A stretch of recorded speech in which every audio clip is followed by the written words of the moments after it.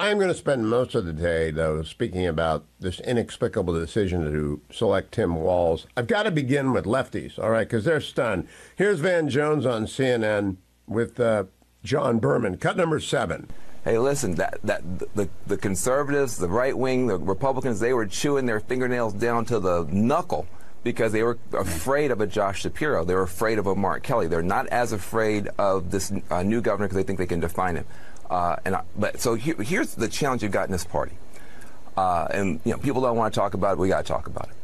On the one hand, you have a lot of young people who are concerned about Gaza. You have a lot of Muslims and Arabs and others. They have not felt seen by the Biden administration. You start hearing that genocide joke. That was building.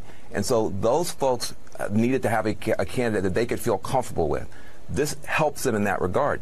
But you also have anti-Semitism that has gotten marbled into this party. You can be for the Palestinians without being an anti-Jewish bigot, but there are some anti-Jewish bigots out there.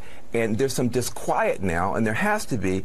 How much of what just happened is caving into some of these darker parts in the party? So that's going to have to get worked out. It's everything, and Van knows that. It's marbled into the Democratic Party. Anti-Semitism, anti-Israel sentiments, marbled into the Democratic Party. Here's Gene Robinson of the Washington Post, my colleague on Morning Joe yesterday, cut number 8.